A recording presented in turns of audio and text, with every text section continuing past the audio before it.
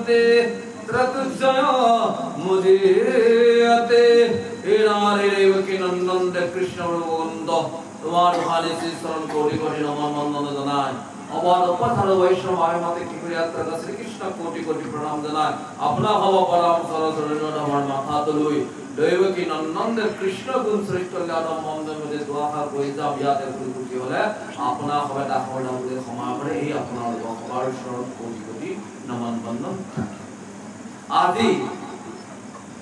देवरी की नारडी प्रसिद्ध महिला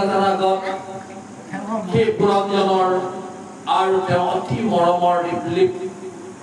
যি গৰাকী এই নগৰৰ অতি কিনিও স্বৰ্গ মধ্য আৰু পাতাল অপূৰ্ব ৰূপৱতী লগত আজি কি কৰিল তেওঁৰ